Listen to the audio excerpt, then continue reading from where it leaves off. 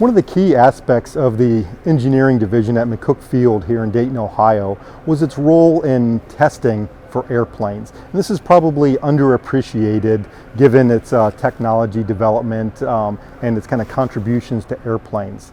And this is really evident early on, and this is why McCook Field, in fact, was stood up in the first place.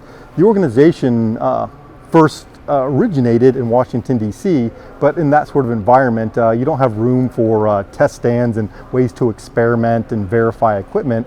But then they chose the site of McCook Field just north of downtown Dayton. And this was what they called an engineering experiment station. That meant that they were going to do a lot of testing, a lot of experimentation, actually like put pieces of airplanes and even entire airplanes on different kinds of test stands to make sure they work, to break them, to see how much they could withstand. And so behind me is a great example of some airplane structure here. Particularly, we're going to look at the wings and talk about structural testing for a moment. But one of the early people who came to McCook was a gentleman named Alexander Klemin.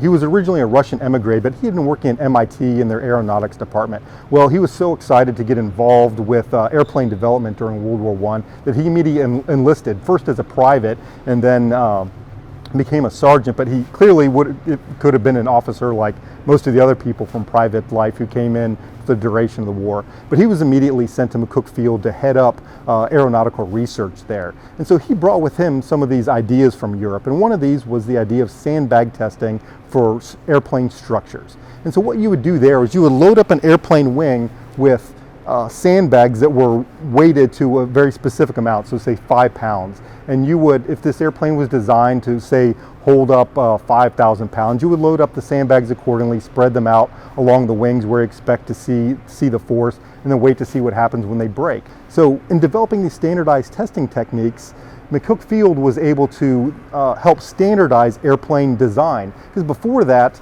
you see all the structure in the wings. Each airplane manufacturer would essentially have their own proprietary design. There was no kind of handbook about how to do that. Well, McCook Field, through its testing methods, literally wrote the handbooks on airplane structures and aerodynamics and other things, but they did that through the incorporation of these testing methods like sandbag testing, and from that they really became the center of American aircraft design through the World War I and the intra-war period.